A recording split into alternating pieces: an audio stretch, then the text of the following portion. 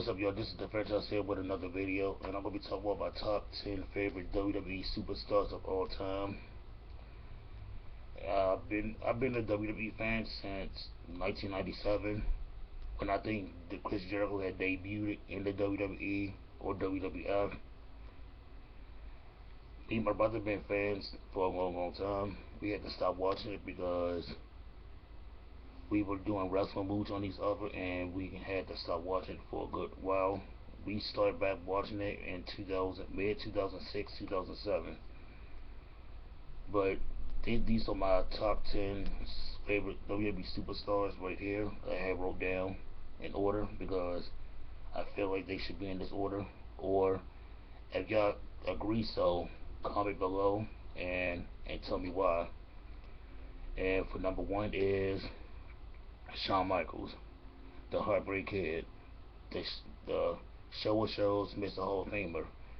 I feel like that he is because it's the hype that he brought to the WWE. He's always in the zone when only a few WWE superstars can only go that far. He's one of the greatest. He's one of the best in the business. In my opinion, the top three. He's obviously was there when everything happened. He wasn't there when WCW had happened because he had broke his back. A lot of people don't know that.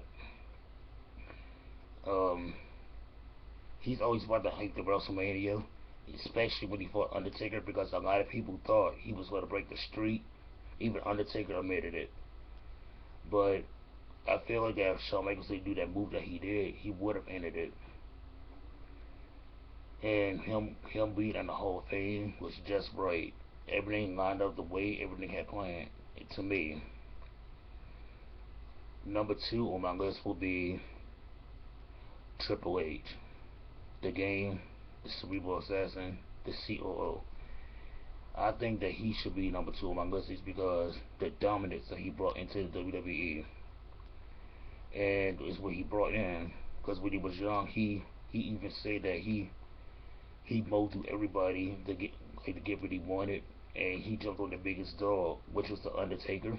A lot of people don't know, and he got crushed. And I feel like that when where he is now as the COO, he's doing an okay job. It's like I can do any better. It's just give Daniel Bryan a chance. I mean, Vince gave you a chance when he thought you wasn't nothing, but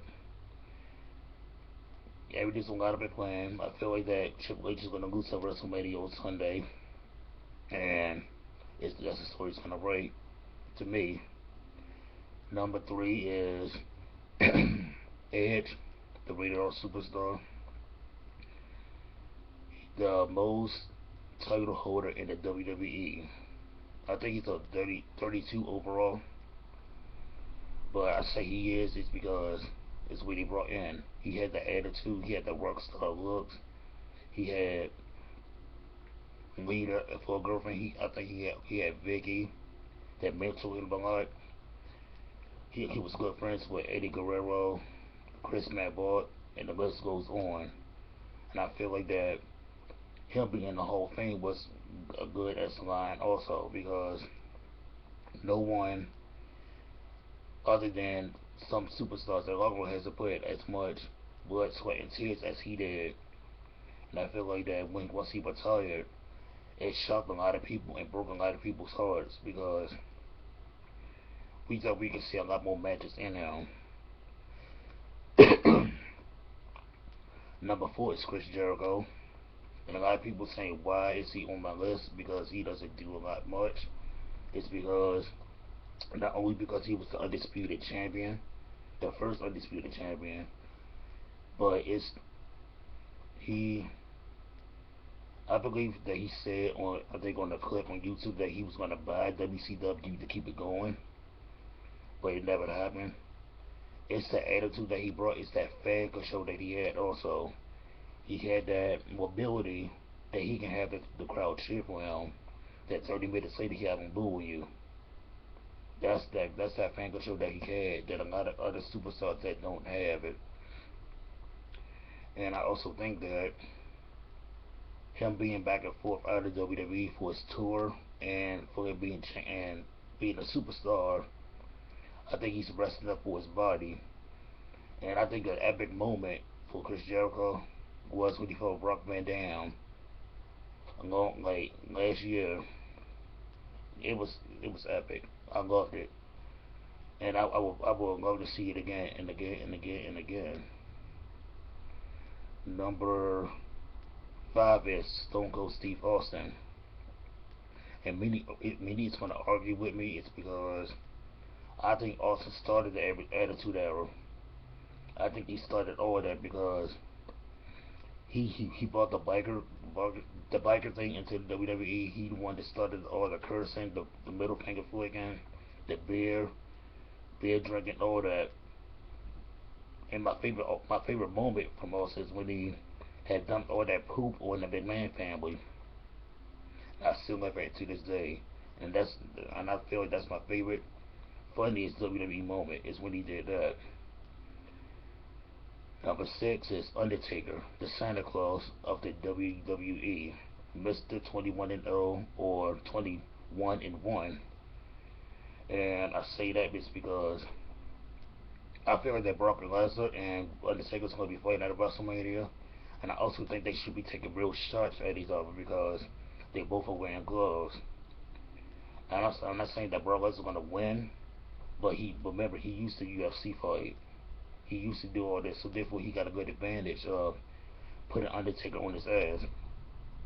But we don't know Undertaker's strength also, so it'd be good to see both of them take blows because they both wearing gloves. That's that's in my opinion. But it'll be a good match to see them do that and hit their finishers off. Number 7 is Randy Savage. I don't know too much about Randy, but he was a Slim Jim man, and they had some good Slim Jims. I was pretty shocked how he had passed away along, like I think 2 3 years ago, because I was playing WWE 12 when my mom had told me that he had passed. So I think that he should be on my list in the future Hall of Fame next year. I hope that he beats in the Hall of Fame because he definitely deserves it, along with a lot of other wrestlers. But I feel like that it's that what he brought in into the business a long time ago. Number 8 is Daniel Bryan, Mr. Goatface, and I feel like that he's gonna win on Sunday is because I see something in him when he was a rookie on NXT, and a lot of people didn't see it, and I feel like that he's gonna be a huge success in the business. I feel he's gonna be, I think, a 60-time, 50-time world champion at the most. But I also feel like that he he put as much hard work in the business than other superstar in there, and a lot of people will admit that, and hopefully that it's going to be a good outcome. Number 9 is John Cena, Mr. Hustle Loyalty and Respect the C Nation. I don't like to see John Cena become a heel, and they won't do that because it'll be bad for business. And what will he say to have the crowd boo him? I also think that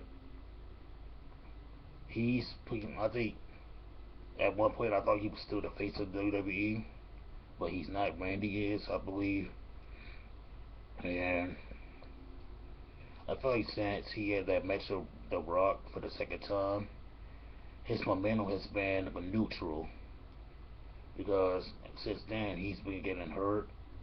He's not fighting the same as he was before. I don't know. It's just me. I'm like when I see his matches, it's pretty different. And he fight Bray Wyatt at WrestleMania, which is going to be a good match. And I got a feel that Bray Wyatt is going to win, but it's going to be a good match for me to see because it was kind of funny seeing that goat or that lamb mask on John Cena. And final and most avoided is CM Punk, Mr. Best in the World.